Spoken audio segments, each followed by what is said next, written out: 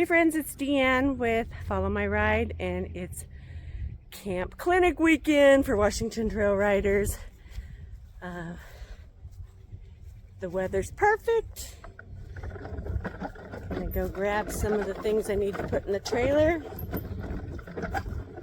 then load up the truck with stuff, and then come back and get Paris, and I'll be out of here.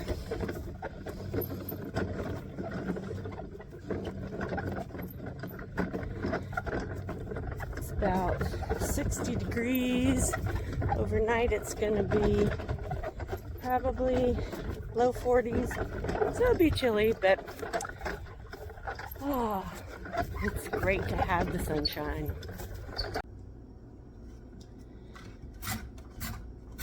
It's camp weekend and I'm making up some salads. We're going to be doing our camp clinic.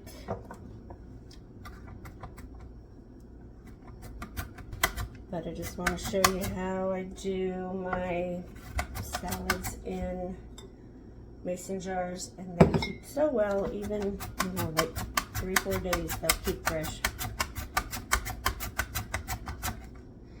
Alright, so we can just layer with a little bit of lettuce in each one.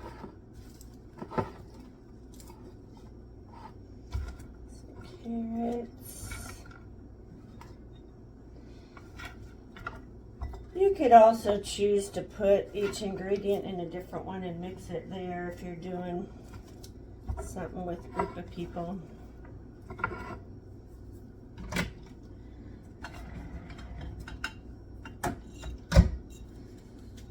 Some sunflower seeds.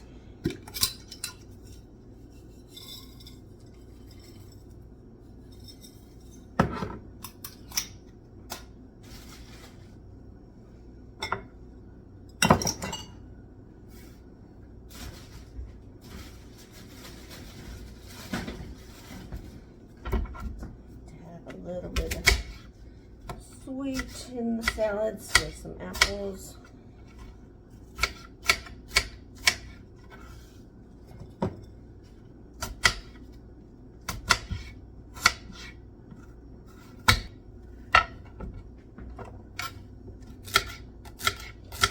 Basically, anything you would do for your salad, you can just mix it and put it in a mason jar. I just suggest layering it, especially if you're going to eat it right from the mason jar. I carry the dressings separately and add those before I eat.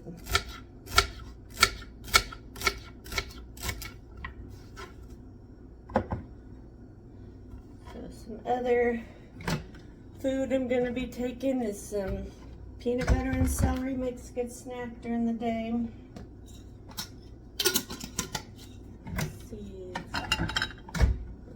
Some feta cheese in the salads.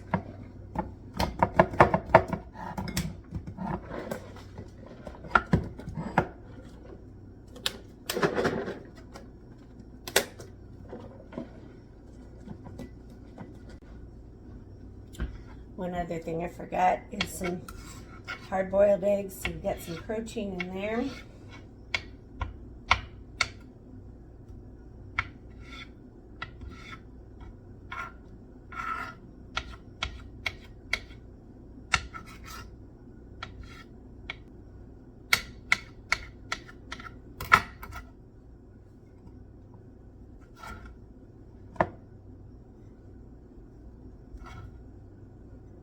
You want to seal them really well with your canning lids.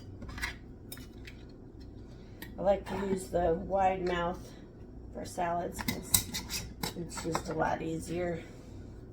So, got your salads, whatever it is you like. I've also packed an avocado I'm going to cut up and add at the end. They get kind of mushy in there. There you go. Camp salad. Lunchtime salad, whatever you need. The truck is packed. I'm about ready to go get Paris, but I just wanted to show how I keep things cold. These This is an Ozark from Walmart. It'd be like the Yeti It works really well to keep things cold for a few days, but I just freeze bottles of water, so I have them for drinking and they keep things cold. And then it doesn't need to have ice in there slushing around. So, ready to put that in the truck and go get Paris.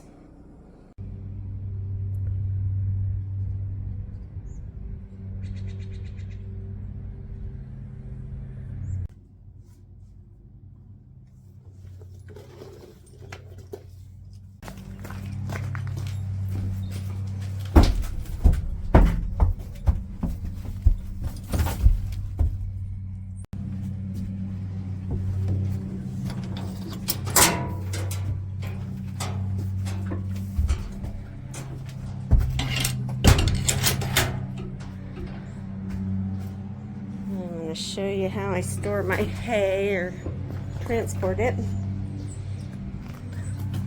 Fill these big trash cans full of hay.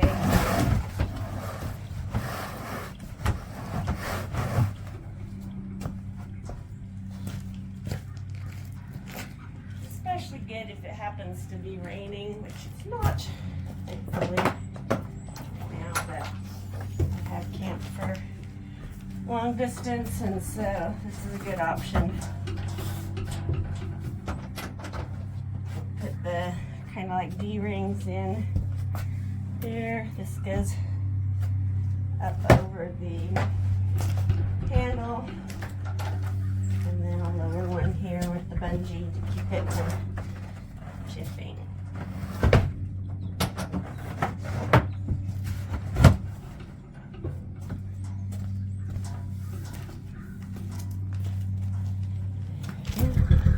Yeah.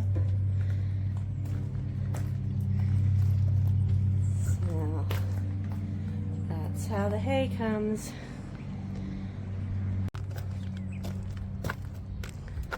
Got wood, her bucket for tonight, water and muck buckets, my cot, sleeping bag, air mattress and camping equipment there. My clothes and some other miscellaneous things are in the truck, and we're off.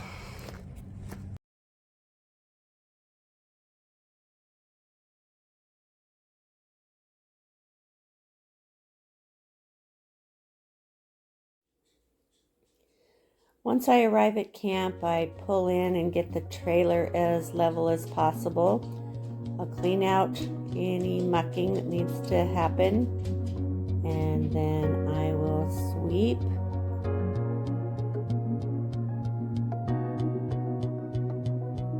Sweeping out any extra hay, dust, making it as clean as possible to be living in for the weekend.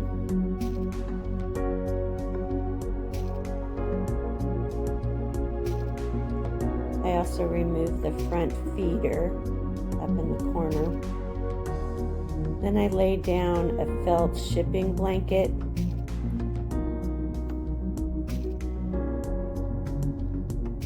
and start setting up my bedroom.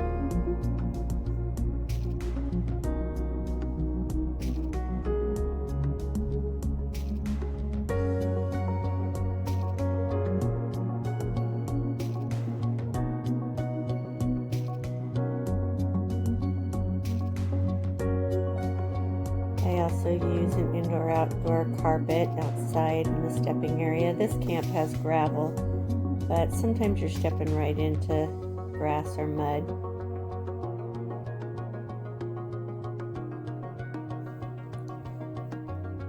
A lot of the items come in bags.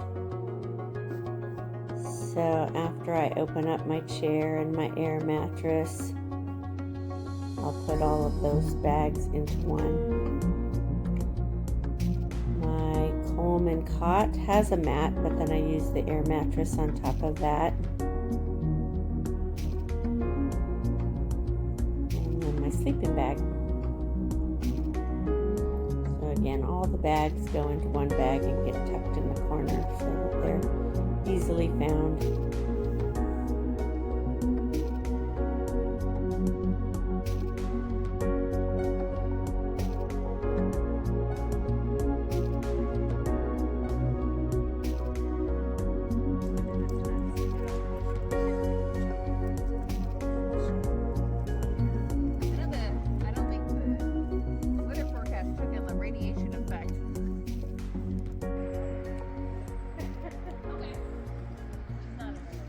We're about ready to get started on our clinic, and all was good last night. Rebecca is our clinic coordinator, and she made an awesome breakfast. People who didn't camp are starting to arrive. And then we're gonna take a ride this afternoon after the clinic classes. My stinking little mare loves this little gelding and wanted to go into heat and be all squealy, so that was an interesting evening. But she's settled in now. Got Faith, also a mare behind her.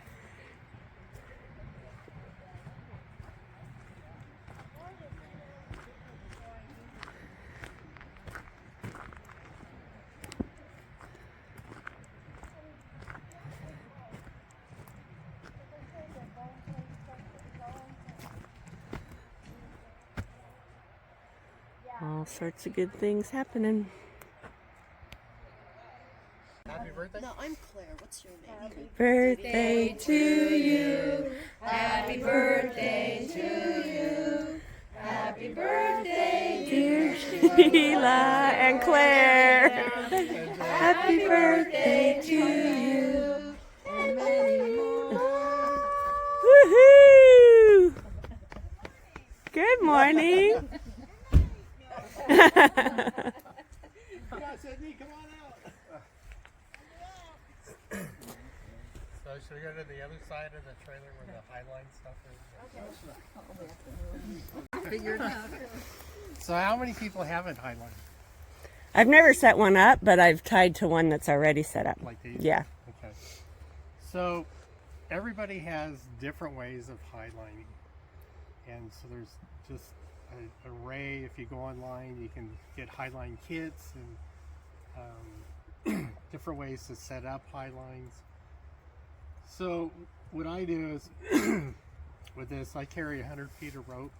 So if I need to go around 2 trees, I can make it. And then the other thing I do, I use on the rope, this is just heater hose as my tree savers. So these go around the tree.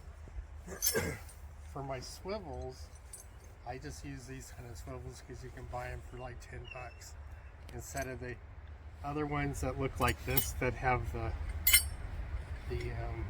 swivel here. They're like $25 now, so that will go anyway. But. So, and then How many feet is an average kit? Or can you get you can get them in 50 and 100, I saw online. Okay. So I also carry an extra piece of hose that I can use to go around a 3rd tree, so as a tree saver.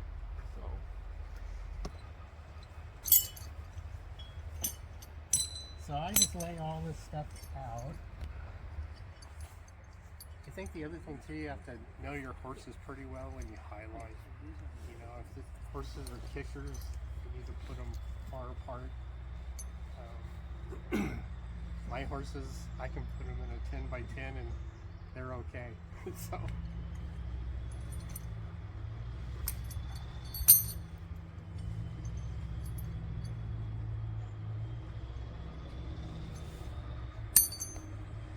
This, and then what I do is just take one end and I'll stretch it. Now you have to find a good area that doesn't have a lot of rocks and that kind of stuff to clean it up. And then with these, they just slide. And so what I'll do is take this, put it around this tree. The tree saver would be like this. And what's nice is it slides in and out of the hose, so that when you pull them taut, they and I use the come along.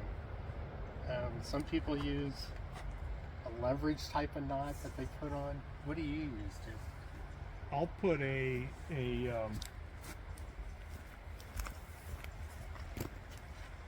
unit on like this somewhere within reach of the tree that you want to tie to, and then you can slip your rope back through here. Yep.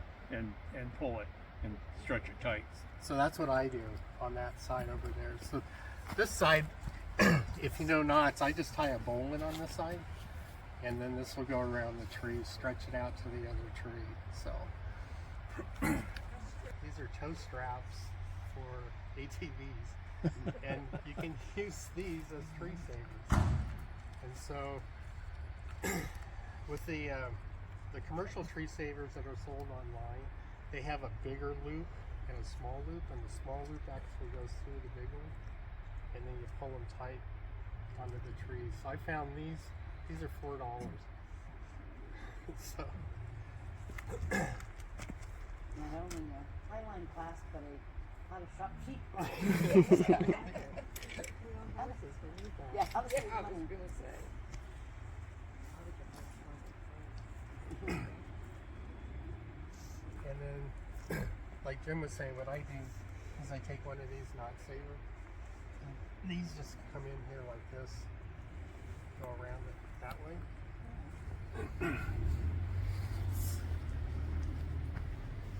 And then I tie onto this side of the rope, and with my come along I bring it together with that.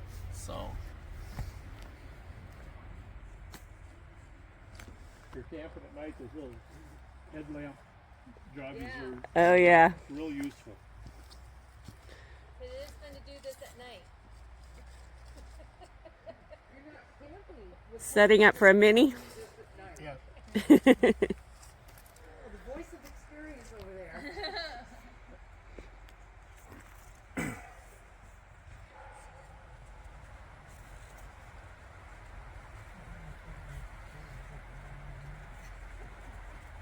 What type of knot are you putting in there? So that's a bowl one. And the reason for that is put a lot of pressure on it, and you can still undo it. Yeah.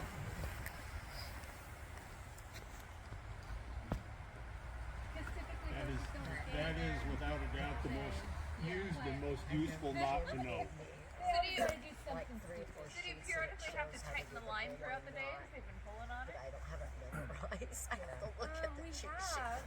Hope to shout I get the directions right. Especially when you get a hay bag put on there, and it starts sagging, and then you're like, okay, Yeah. I gotta pull it up a little more. Because that does make a difference. Because that's some going to ropes get are stretched tight. a lot more You than still others. feel that Uh-huh. tie it So up. you have to judge it by that. But yeah, they can get pretty low. You have to tighten them up. And a swivel, and also again what type of horses you have. So with these swivels, I always put the net side down because it's easier to put the rope through on this side than this. So what I do is I just take this, just like those red ones, and then I lock mine in like that, and then the rope for your horse is going to go here and it swivels. And where did you get those? Ace Hardware. Pork Rose. Are they paid sponsors of this presentation? Pardon me. Yeah. Ace will is be the next place. Yeah, we're gonna all hit them up. So then I just use 2 of these on this rope. Want that higher?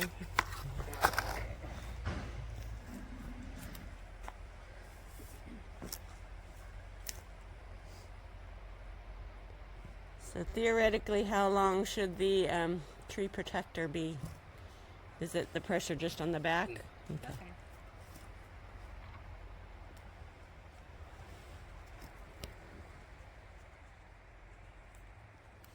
And always have a really sharp knife in your living quarters or camper or your tent.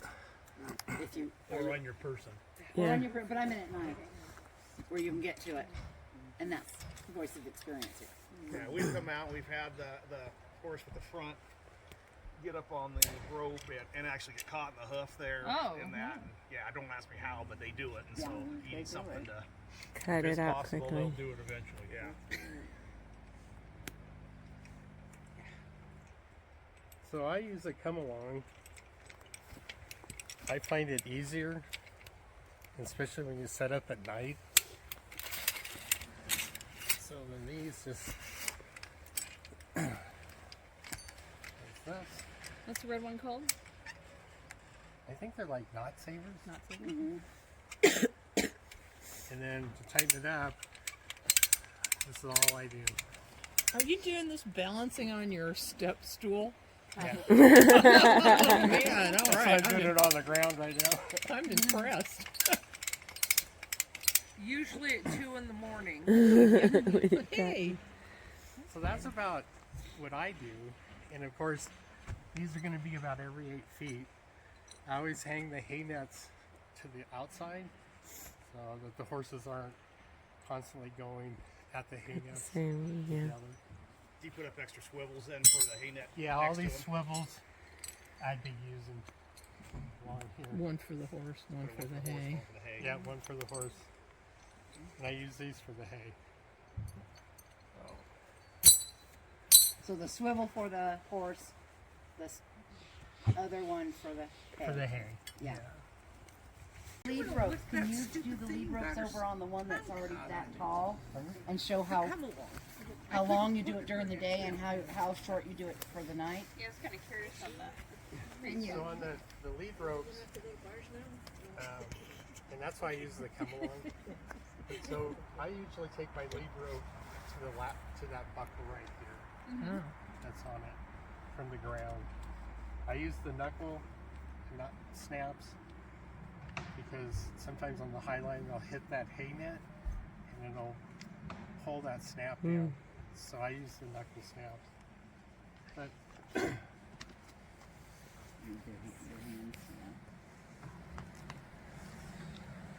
so I just take that, and then depending on where it sits, I'll ratchet it back up. In the morning I let it down so that they can get their grain and stuff. So and I just tie it up. And then the other thing too, these have a swivel on them also. So that, because the horses do this all night. And then if you put your high line up too high, this is what I do. To pull it down. So these are pretty taut, but so if you get it up there like that high, then you can't, I just pull it down and then tie it up with the horse. So with those, are they tied to the loop? Yeah, what are their loops for? Is that Yeah, they tied to the okay? That's why it's important to have a swivel snap on your lead rope. Bullseye. So, yeah, how would you tie it there in place?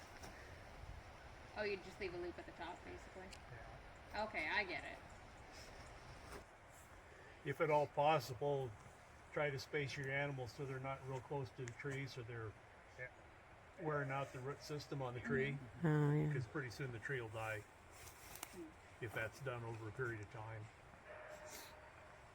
The other thing is you can find like the swivel Dana has there, you them with a snap, so you can actually put it on here.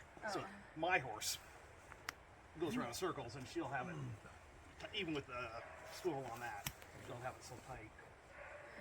So you can do the swivel up and to them. Yeah. If you do a double, okay. How low should- use these.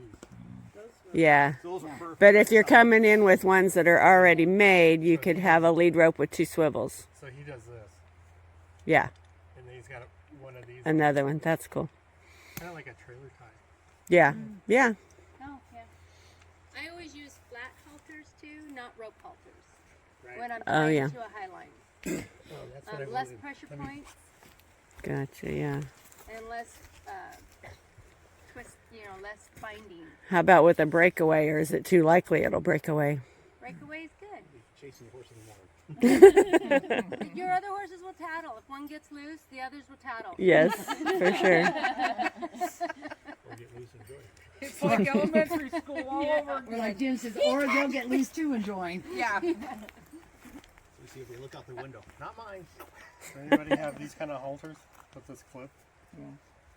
So make sure that you turn it around. So this is facing on the inside. Oh, on the inside. And you don't want it this way, especially when they're on the high line and the hay nets. because the hay net will hook right in there. Oh, yeah. Yeah. Then you got the hay net stuck to the halter, and so. That's really a good point because your 4-H teaches how to Right. keep out. And then the other thing that I do is I always clip here with this, like this. But then in the morning when they're having their grain, I clip them here. On the side. Yeah, on the side. Back up here, actually. So then their noses are farther down, and you don't have to mess with the rope boring it down. And so, and at night, I do tighten them up. So one, you don't want them too low that they get a foot over. That kind of That's stuff. what happened. That's why the knife had to come out. The knife. Over at not Adams. Yeah. Yeah. He got his foot caught in it. Every time he tried to get up, he tripped himself and down he'd go. Right. Which, speaking of which, there was something many, many years ago. It was either in the newsletter or article or somebody said this. Always stuck with me. And they said, when you're out camping at night, if you think you hear something, check it out. Don't think it's your imagination or go back to sleep or something like that. And that's what helped with, because I kept hearing this thump, but the wind also was blowing, and it sounded almost like the awning. But then it just sounded weird, and I got up, and sure enough, my horse was falling on the ground, because he was struggling to stand up and had his leg caught. Then it was get the knife. So I it's do have. very important that your knife is sharp. Yes. Not Mine dull, was. because ropes are hard to cut. Yeah. So This was a sharp yeah, knife. It's important. Yeah. How much? And these just go in. I like the 2-strand. Some people use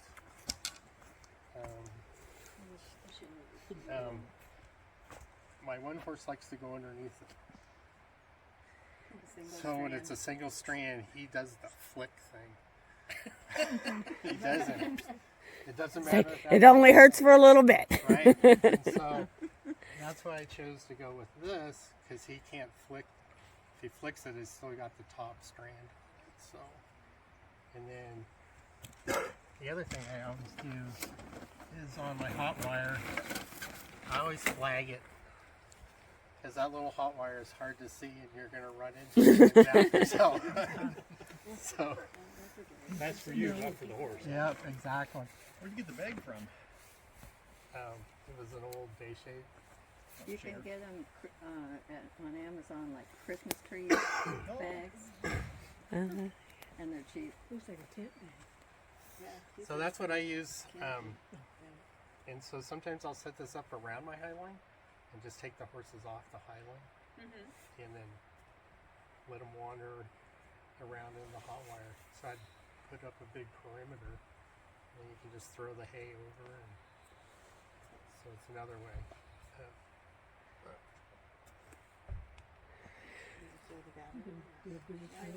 Oh yeah, and I always have a second set of batteries. Now, Those are the ones you does that have a ground, or is the post itself a ground? No, I We got carry. one small. We do hot wire up at the wine right. This is my ground rod. Small. Okay, so how does that work? Because I have an old Ground set. rods are I important. post If in, you I put my don't get a good ground charger rod, it's down not on going the to work side good. of it, Right. and all And so, and it's all with right this, there. it actually has 2 types. You can do it off the bottom here for a ground. I do this, and this just sits on this ground wire. Oh, okay. This is the ground right here. So that's the positive. Yeah, mine Yeah. So I do both. So I set this on. So then after you set up, do you have a tester, or does the battery thing... Okay, so you go around and test, make sure you're getting like power. this. Yeah, no, I'm not willing to do the touch test. You can hear it too. You can hear it. You can hear it, but I use one of these. Okay. So is it overkill to highline and put the electric fence around them? No? If it makes you sleep good at night, it's not Exactly. overkill. Any questions on it? How much distance do you keep? How big do you make the... If you were not doing a highline and you just had the electric, how big would I need to make it? Just like a stall size or what? However big or small. Okay. It all depends on the area. You know, so Who gets to the meadow first, and how much can you stake out? how big your kid How is. close do you want your neighbors? We get a really weird shape. Oh, yeah. Yeah, we've done that where you angle it through the trees and Yeah. so And poles, how far apart between poles? as many as I have. In other words, you should set it up later, huh? Yeah. I Out basically in the go out and we'll just lay the poles down Yeah, so that I kind of know the area. Then I just go back and stand it up. Right. on it and- long enough that it's holding it up and not sagging and And if you have two horses, maybe that get into it at night or with food or whatever, you can always, what I did is I cut my electric fencing, a piece, and put one of the hooks on one end, or no, hooks on each end, and I just Go between. go in between. oh yeah. And much to my surprise, it actually gets electrified by doing that. Oh, yeah, it does. I didn't think that. I grabbed it and go, oh. Oh, that's why the handles have plastic. Worked a couple of times when we were traveling and it's late. We went to the beach. When was it? I don't know. And a guy had his truck way far out, and I could not get my trailer back into the spot that we had reserved. So we just pulled around to the day use area, backed the trailer up onto the lawn, pulled those out, and went good night. For the night. So- Did all the good. What'd you hook the other side? So assuming you have a horse that's never been done, what would be the get them used to it? Or Put Right. one on at a time. okay. No. It's like a skip it. How are your horses with ropes around its? She's been Just take a rope and throw a rope around its leg, see what they do. uh-huh. Well, people have can ask different ideas of training. We did what we did. Who told us? Just put them we put them in a huge meadow with knee-high tall grass. Put that on like that, and they figured it out. You can leave the lead line on for a while with them and just walk with them, like a lunge line or something, so that They learn how to walk little steps. Yeah. But he backed up, like she said, they backed up first. He learned how to back first. The back, yeah. And there's Easier. different kinds of hobbles.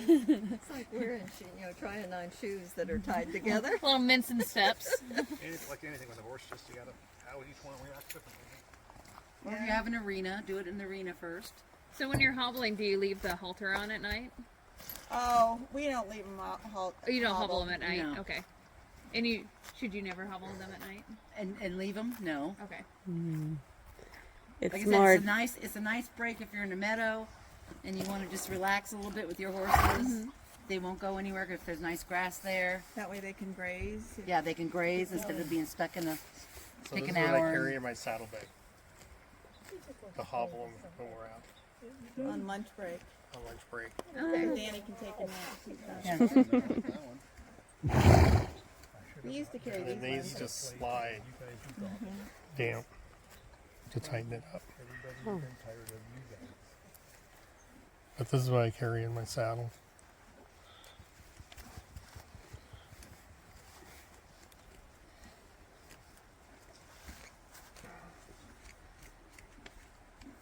So Okay. Charlie has figured out to do the little hopping to catch up because if we leave. Go camping and I couldn't get comfortable to sleep in the truck. I tried that a couple times and it was okay, but you can't get a good night's sleep. So I decided I'd make my own little home away from home for me and my girl. What you'll notice is the security system that when you're in, you pull this, I pull it across and hook it over here and it locks the door. So very good security system.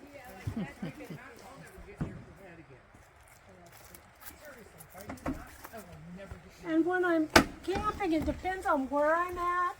If usually I only just use one door, and so that this is all stays a little neater. But if I'm camping somewhere, like when we went to Yellowstone and the redwoods, they don't like you to leave your stove and stuff out because of the bears. So my little table and stove will fit right here inside, so I can cook and everything. I just open the door when I'm cooking. and then I use both doors. So this is my home. It's basically just a 2-horse trailer.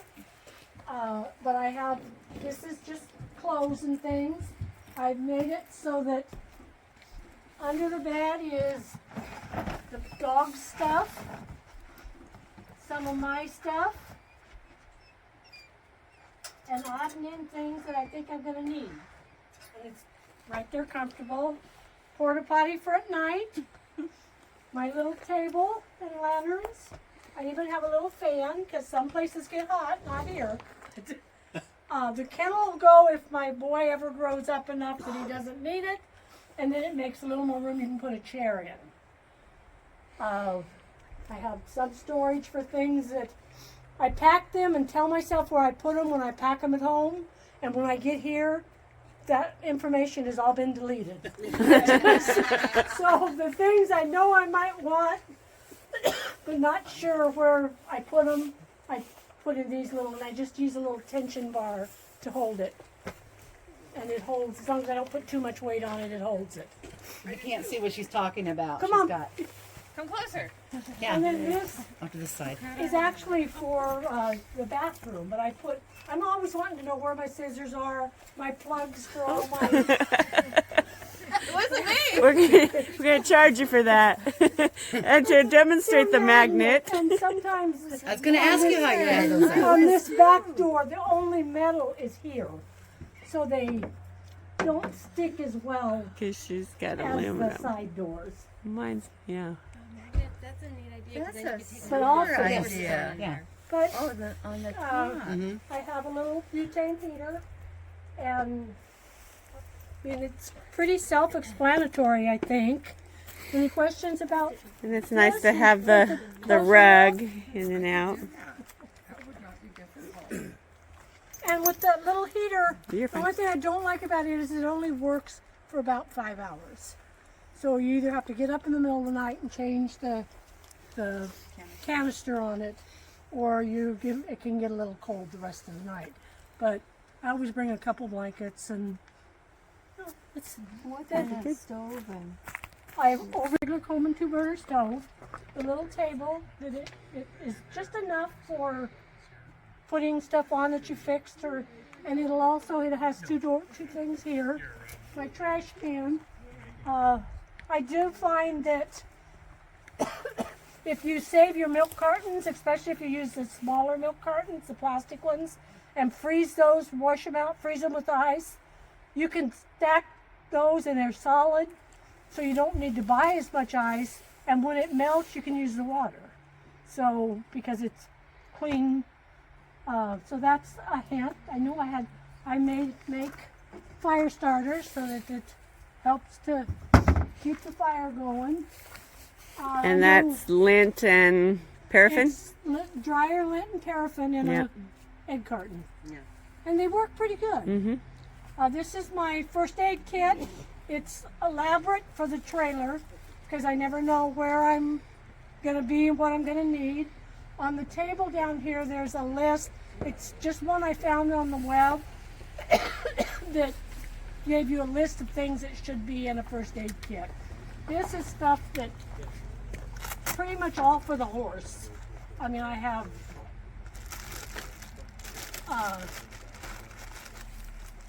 about anything you can think of in here.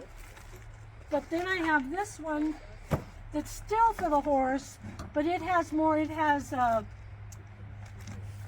Just a few things. stethoscope, Band-Aids. So I just camp with Joy, and she's got And it my all taken trusty care of. first aid. I have that too. Okay. So I keep them both together, and then I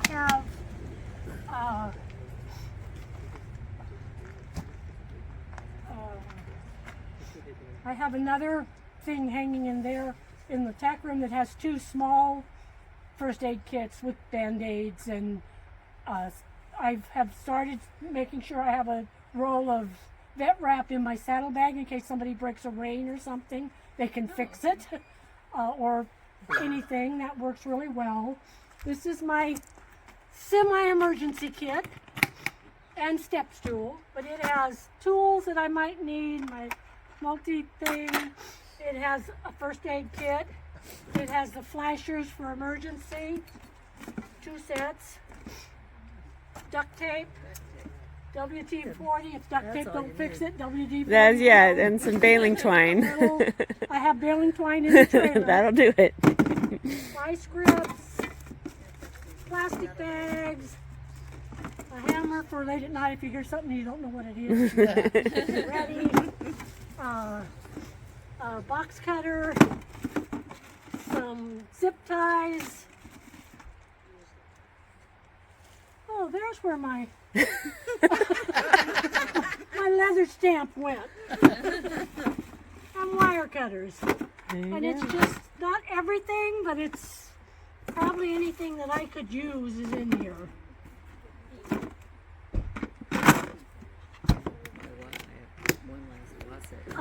Very nice. Any questions? I can change it to that when she's done. And I have just always have them in there, so I don't have to worry about I think a question in the back. Is that a buddy? Can you explain your panels? Your horse panels? Oh, yeah. Oh, these I've used quite a few times, but not recently. They're extremely lightweight, and they hook together.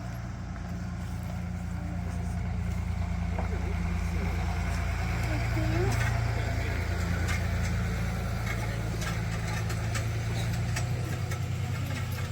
So each panel has a hole that this goes in and hooks in to the other one, and they're all just hooked in. And you can feel I like that. Yeah. And it makes a, I can't remember, it makes a round pin that's bigger than most Is it 9 these are panels? 6 feet. Okay. And there's 9 of them. I think. 9 of them. The top, and the reason this is on here is if you've got a horse, because the only problem I have with my mare is she can push it because it's lightweight, but it's lightweight, so it's easy for me to put wherever I need to put it and do it. And she's not super pushy, but she'll get pushing it, and there's more grass over there, so you push with it. You can run a portable electric fence around the top of this, and as long as you put that in and use, I have one that's, I don't have it with me, but the battery powered, kind of a smaller version. So the hot wire's going through the plastic. Goes around the top. So this would go in here, and the hot wire is going around. You wouldn't want to go through the metal loop. No, you gotta go through the or zip everything. tie. Because, yeah. The only hassle with that is opening it. It takes a little more effort because you gotta make sure you unhook the hot wire, but it's not hard. But this was a wonderful investment.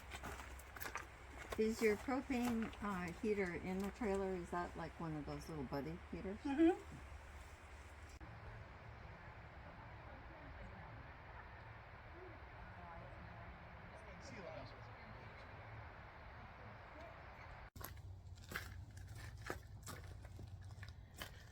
Okay, Joy just gave a great demonstration of her setup in the back of her trailer.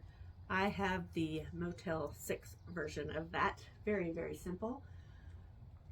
When I come to camp, I just sweep out, get any poop out, sweep it out, lay down a moving blanket, or you could use a rug or something. I have a Coleman cot, my sleeping bag. In the back is my ice chest, which I can also use to just sit on if I need a spot to sit.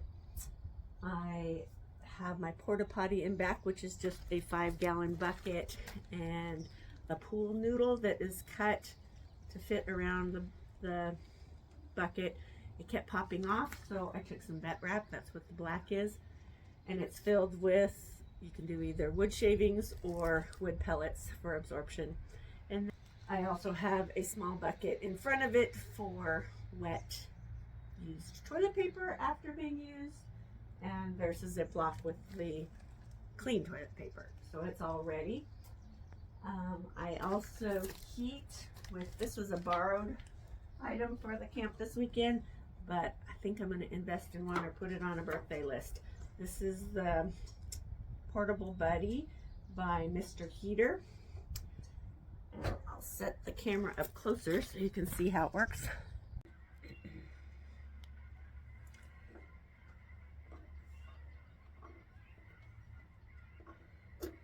So you just turn it to pilot, wait for the pilot to come on, turn it to low. You can hear it start heating up. It's really nothing to see. I don't know if the camera will pick it up.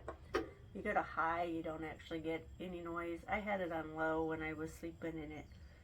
I just don't like hearing noises unless it's a even fan type. You want to make sure that there's some ventilation, which in a trailer there's always going to be. And for high, it only works a couple hours. For low, it will work. It's starting to get red. For low, it will work about 4 to 5 hours. So I just turn it off now, so I'm not using propane. I just turned it on to warm up everything before I got into bed. Then turned it off, got into my sleeping bag, got all cozy, and I was comfortable. Woke up around 3:30-ish and turned it back on low, and it stayed on for quite a few more hours. There's a better look of the potty. Nothing fancy. And then I also have created these little question jars.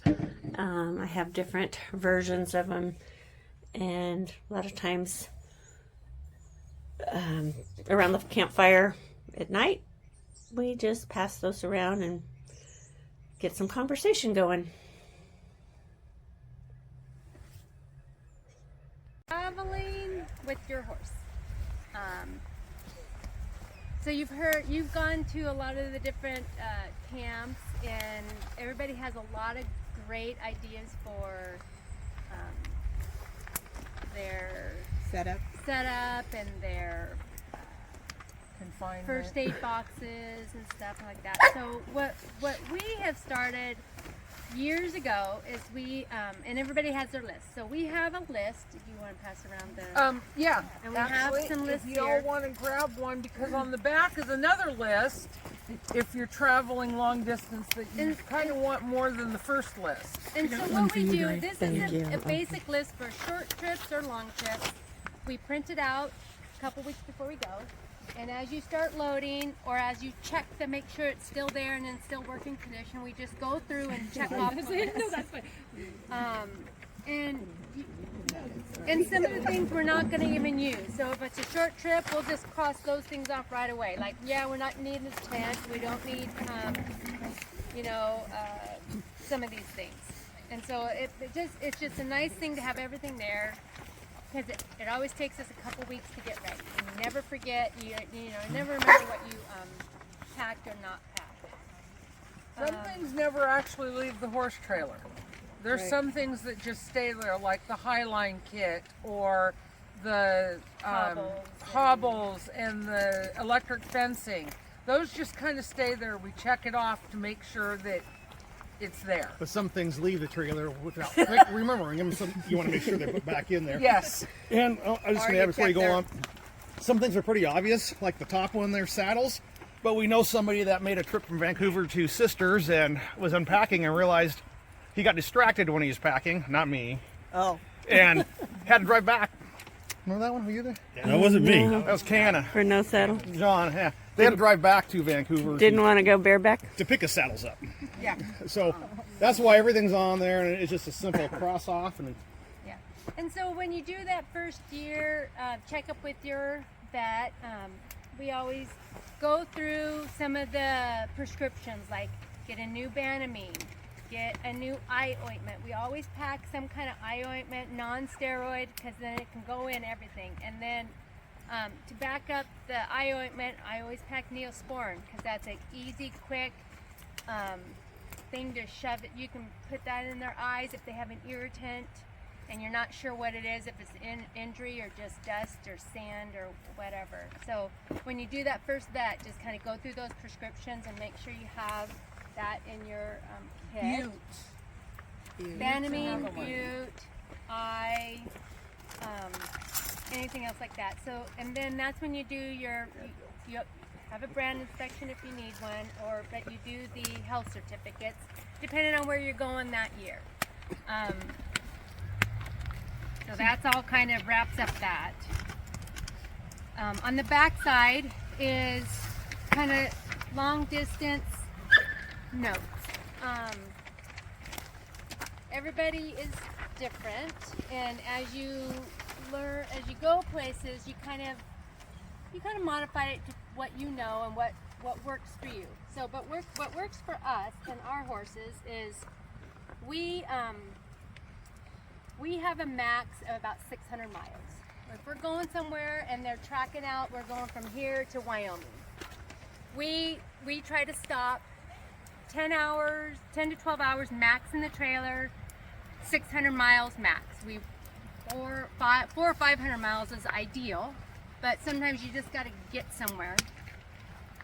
And so you're mapping that out where you're stopping, and those are the kind of our parameter guidelines. And if you do have a long stretch, you just got to get through this long stretch. We always try to, when at that stop, we want a bigger paddock where the horse can move around, they can lay down,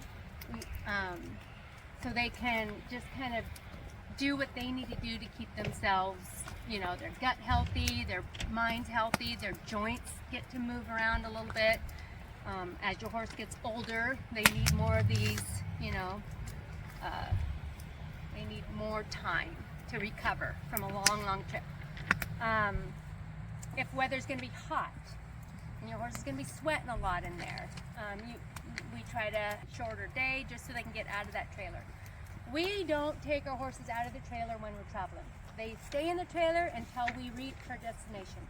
Some people's horses, they like to get out, they're safe getting out and getting back in, and they do that, and it gives them a different kind of break. So what do you do for them then if you stop overnight somewhere in leaving them in the trailer? No, We do not, at night, that's one of our destination stops. Oh, okay, we gotcha. always are finding a place that either, a lot of fairgrounds and rodeos will do boarding overnight, but that's typically a stall. So if you know for us, if I know my horse is gonna be in a stall, I want a shorter day because it's still a cramped quarters. I feel they still can't move around, they still can't get their joints back in place, and laying down is a little more uncomfortable, and they want to roll and do stuff like that. Some of the private places, they typically have bigger paddocks for the horses. A little more expensive, rodeo grounds, $5-10, private $20-25, but they have usually a nicer facility for your horse that they can move around. You can put them together. Mine like being together, which gives them comfort. We also recommend that you check ahead of time with the county if you can. Because there are a couple of fairgrounds where you might get arrested or something like that. Because locked in because they don't want you to just stop in. Most of them will let you stay. A lot of them have a box, but sometimes they are locked up. You can't get in them. And so do you have to arrange ahead of time, like email the fairgrounds, or? Yeah, usually you can find their website, and then go ahead. They also might have an event going on. Right. True. Especially if you're going on a weekend, you don't want to go there, and you get there and you find out it's monster truck night. So on this back of the paper here, I did put the link. It didn't come out the right link, but you could Google horse motel and it will come up. There's this big site. You can go to the horse motels. A lot of these places are in there.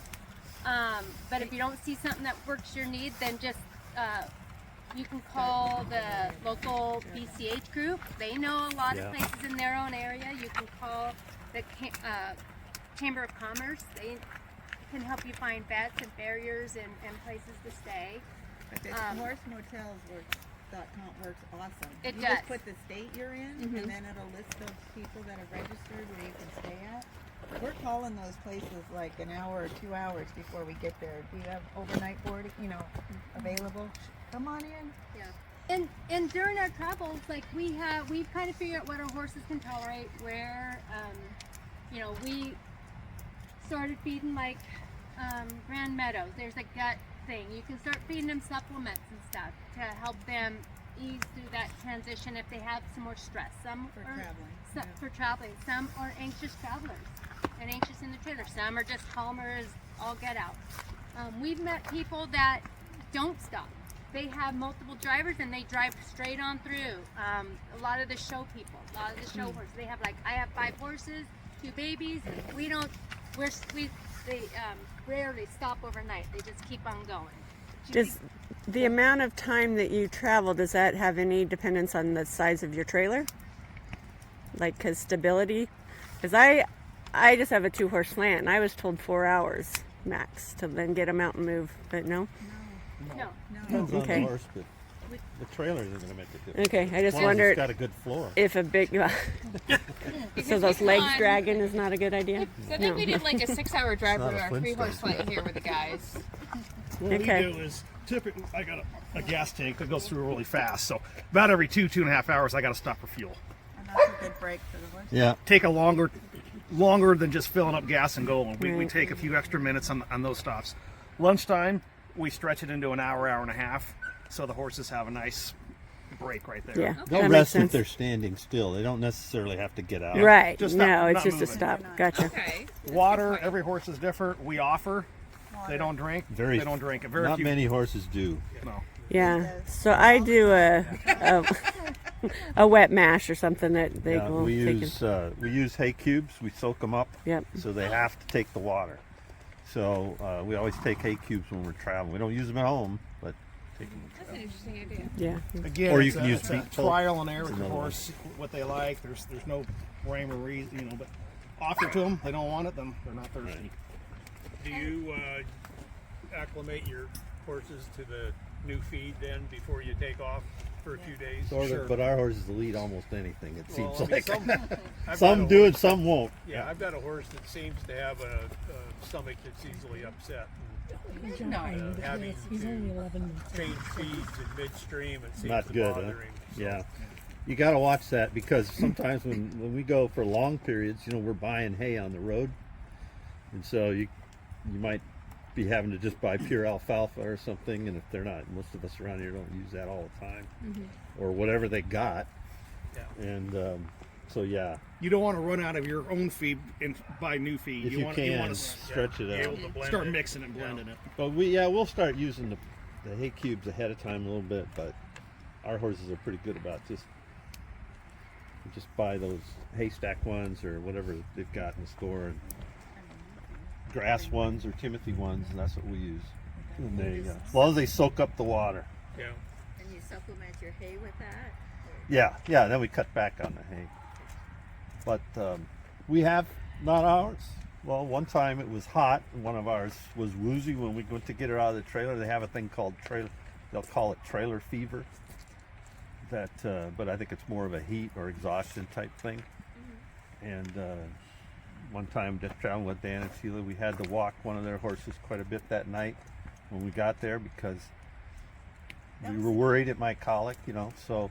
That was one of the first times on the long trip. Yeah, and for him, yeah. Yeah, and we hadn't hung hay bags. We learned then we're hanging hay bags so they can eat and keep their gut moving. So- And we've never. While you're driving. Right, Okay. And that's another one of those you got to do what's good for your horse. right. Because like our vet says, the emptier stomach traveling, the better. Like it, because then things can, when you're traveling and they're stressed and and if they eat too much, it can just kind of sit in their stomach and then bind up, and then you can colic that Right. way too. So it's like, No. so if you have a horse that needs a little bit of food all the time, then you want to look at what kind of hay and how much and how often to. Or if you have a horse that tends to bind it up. So we start them out in the morning because we're always leaving early in the morning with a small bag of hay, and they finish it, and so they have time without hay, and then we give them a little bit of hay at lunch again when we stop, and then they finish that and they have a little bit of few hours without hay, and then when they get there where we're going. So it's again, that's balance. You don't want to just fill up the gut so it doesn't move, but you want to Especially if they're not good drinkers. So Right. I always carry electrolytes too. Yeah. You can get it in a squirt, or I have just granulars, and I put it in whatever mash or grain, or we do what Brian does is have something that has to soak up water, and then you give electrolytes and then it encourages them to drink more water. to just try to keep them hydrated, because that's the most important thing is that That's with the food. Especially if it's hot. Yeah, when Especially we if went it's to hot. Stubb Stewart, we had a problem with midnight not wanting to drink. And I forgot my electrolytes One thing on your because I water. didn't have my list. Yeah. I was like, one thing on your water you want to try before you leave. We have a horse that does not like chlorinated water. So if you go to a rodeo ground, fairgrounds, sometimes you're getting water out of the county. So we pack, we have a big drum we always pack with us too. So that horse, as we're traveling, will drink that, but will not drink out of the county water. And so that's a good thing to check before you leave. You know, find some city water and make sure they're going to drink it wherever. And that's really fun. Wake up. And I think with the electrolyte powder too, or I've heard people do Gatorade, if it's flavored a little bit, then if they're used to that flavor in your well water or whatever, then they'll take it in the chlorinated Kool-Aid. Yeah. And our horse won't touch it. Our picky horse, if he smells anything in his water, Oh. he's Would that like, be Tonka? yeah, Yeah. you're tricking me, and I'm not You're having anything tricking to me. do with it. Yeah. You know, so Wasn't that the same with Taz when we tried to put something in his water because he'd never had it before? He wouldn't drink it when we were trying to get Foreign smell. Yeah. So now we know it's just one of those things. You save some water from the water tank for that horse while you're traveling, and then you're fine. yeah, and when you go somewhere with fresh water, you know, if you have some big jugs that you can fill it up, because if on a long trip you end up using up all your water and filling up somewhere, and it might be chlorinated water. So now you don't have anything for your horse. So if you have just jugs that you can get it out of a stream, get it out of, you know, a well somewhere when you come across good water. Chlorine will dissipate out of the water. It takes about 24 hours. But whether it leaves a taste behind or not, I don't know. This is another thing to consider if we haven't done those long trips before you go to think about it, consider it. So you don't Yeah, that's true. a They shock won't and you're drink all like, the we don't water. have any water. We've had good luck with the filters, just taking the small filter and Yeah. then we just put it on the spigot as we're putting the Right. water through. Like we do it because we have a hard time with our cattle when we're traveling with them showing, and the filter makes a huge difference. And you can just get just the RV one, you know, that they have, and it makes a huge difference with the horses and the cows. So we just keep one. in That our filters trailer. that out. That filters that out. Yeah. Oh, that's a great idea. You put it on the hose line? Yeah, you just put it on the hose line. Yeah, just put it on the faucet and let it filter the water, and then you know you can hook your hose onto it. But it carry has one. saved us so many times. While And they're not like $40 or something. No Trace trainer for the Backcountry Horsemen Mount St. Helens chapter. So joining a club is a great way to learn Leave No Trace because you go with people who you can learn from, and you know. So I'm really grateful to Rebecca for organizing this get together and sharing information and having these discussions, because this is the only way we're going to teach each other about Leave No Trace. Leave No Trace is a federal supported program to help us share our public spaces nicer and keep them more in better shape. There's 7 principles, and the 7 principles you can find on the LeaveNoTrace.org website. It's lnt.org, and I just encourage everybody to go there, type in horse camping. There's this great 7-page article that I'm going to just quickly review. You can make a whole weekend of training about Leave No Trace. That's how I got my training. I was sent to a weekend in Randall, and it was sponsored by Backcountry Horsemen, and I learned these 7 principles in detail. But I'm doing a short version today. So lnt.org, horse camping, you'll find this document. So the 7 traces, Leave No Trace, 7 principles of Leave No Trace start with 1, plan ahead and prepare. You guys have these checklists. Take a copy. You'll build from this. This is the trailmeister.com checklist that Joy was nice to print out. It even has color on it. So, and then the other checklist, the horse camping prep list. This is a great way to make sure you don't forget anything. A bridle, a saddle. don't want to get to your destination without those items. The second one is concentrate use in resistant areas. That's just, you know, making sure you're camping on a hard surface and you don't walk into foliage and stuff. Avoid places where impact is just beginning. Try to stay on the trail, designated trails. Don't want to bring your horse off into and ruin the nice ferns and foliage. For pack it in, if you pack it in, pack it out. You know, we used to be able to just throw our manure in the bushes. Now we have to sometimes put it in a designated area or take it home in our horse trailer. Or in garbage bags. Yeah. 5, properly dispose of what you can't pack out. 6, leave what you find. You know, if you have a pretty rocks or trees, foliage, flowers, you want to leave them so other people can come and enjoy them. Use fires responsibly. Today we have a designated fire pit. That's really nice. But if you don't, you know, I'll go into some examples of ways you can have a fire. All this is to minimize our impact on the backcountry shared spaces and our, you know, the way we share the information to save our spaces, you know, will help generations to come so that our kids, grandkids can enjoy the parks and open spaces like we're enjoying them. So plan ahead and prepare. We got the checklist. We want to ask our friends, you know, if they've been to where we're gonna go and what their experience was, what they needed extra. You can call a ranger to help you prepare. You know, like we're talking about water. Do you have to bring your own water, or is it already there? You know, sometimes showers are provided at horse camps, and expect, you know, that if you're going with a group, you know, get the expectations of the whole group.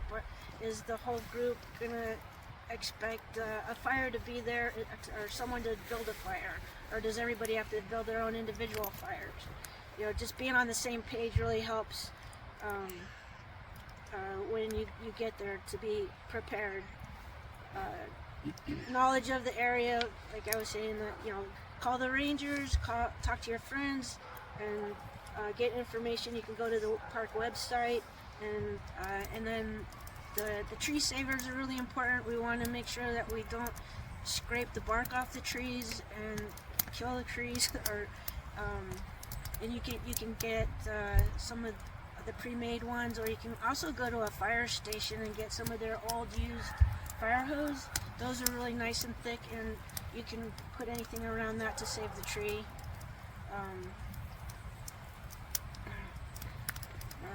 Grazing restraints. Yeah, grazing, you want to try to be careful not to overgraze areas. That we were talking about hobbling and grazing horses. You want to try to let them change areas. Like if you have them enclosed in an electric corral, you can move the electric corral so they don't overgraze one spot, and that each spot can have more time. It just takes less time for it to recuperate its foliage. These corrals are nicely graveled, so there's no damaging foliage in these cases. Can I interject something on Yes. that? But even with that, if your horse is a par and tries to dig to China, make sure you fill that back in before you leave. Yes. For the person coming behind you, especially if they're coming in at 2 in the morning, they want a nice smooth area. They don't want to have to fill in a huge pothole. That's a very excellent point. Yeah, It's always the rule of put it back better than the Yeah. find it. Yeah, if your horse is a par, you know, try to fill that hole back in and leave your campsite as you found it. Or even better, if you can leave your campsite better than you found it, that's even better. I think it's some people use stakes to tie their horse to. I've never had to do that. Anybody have to do that? Anyway, make sure the areas are free of obstacles. If you remove an obstacle out of the campsite or the area your horse is in, try to put it back. Like if there's a stump or a big branch, try to put it back if you move it. That's the biggest thing we learned when we went to Leave No Trace years ago, was highlining, how we cleaned away the pine cones and stuff before the horses were there. Then when we left, we put the pine cones and limbs back there so you can't hardly see that they were highlined there. Oh, that's an excellent point. Yeah, that was the main thing I can remember from doing that class. Yeah. If you rake the spot, try to put the rake it away back up, first so that you can put it back too, you know. Yeah, there's being on durable surface. Of course, you know, if you're setting up a tent, you know, it's better to put it over a hard surface than a soft surface that has a lot of plant life on it. So you don't want to kill the plant life. You can put, you know, there's ways to put something underneath the tent so it doesn't kill the grass as bad. They have like a mesh tarp that's easier on the grass. And not breaking dead branches off trees. Just if you're gonna pick up firewood for the fire, take it off the ground that's already fallen from a tree. Don't break it off a tree because that damages the tree.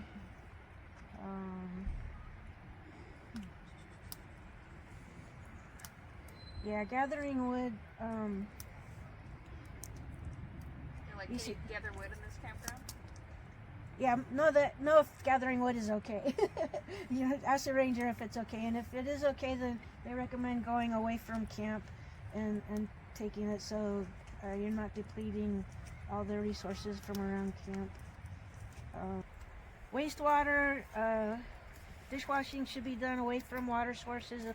That's common sense, right? Hot water and a little elbow grease can tackle most cleaning chores. They actually recommend not using soaps and stuff, just hot water and manual labor.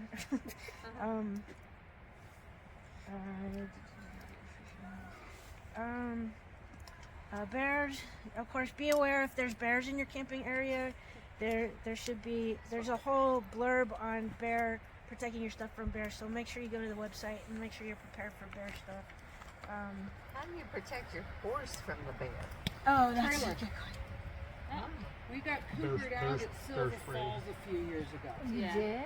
Yes. Silver Falls. We got there and the camp rangers said, we've seen cougar sighting at this trailhead. I don't remember which one it was, but it was one that was right around the beginning of the actual campgrounds. Oh. My horses went absolutely nuts at night. We just got out, we put them in the horse trailer, we spent the night, everybody sitting in the horse trailer. So you went out in the trail, you're probably gonna run into non-horse people. So we're kind of ambassadors for horse people. So if we can be cordial and let people know how to behave around the horse, that's always nice. Because standing behind a tree isn't always the best thing. If you ask people, hey, can you come out from behind the tree? Talk to us. Talk to us. Yeah, a big one. That'll go a long way. Well, and not only it's illegal to remove natural objects. Rocks, plants, archaeological artifacts, and other objects of interest. Let them stay there for the next people to enjoy, and that's the gist of Leave No Trace, is leaving the plants and nature the same or even better as when you found it. Thanks for listening. Thank you. What questions? Yeah, what questions do you have for me?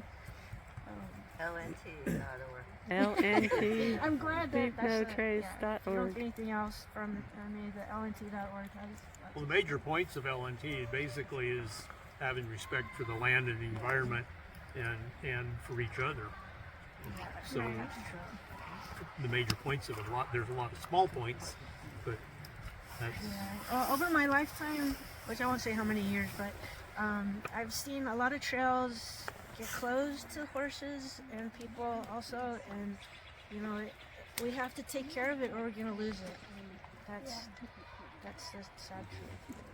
And we also need to use it or we lose it. Because Yeah, sometimes right. not like coming up here to camp. If there's not enough equestrians using it, they like, oh, let's make that just a tent only spot. Well, thanks everybody for coming. We'll have some lunch. There's tons of food and cake, snacks, cookies. I made some soup. It may or may not have come out. So otherwise, fill up on the other stuff. It's all good. Yeah. Thank you. Thanks, guys. everybody. Thank you. Thanks so much for sticking with us during this video. It was long, but full of great information. Be sure to like and subscribe so that you will find out about all the other events going on with Washington Trail Riders Association. You can see information in the show notes for how to join the club.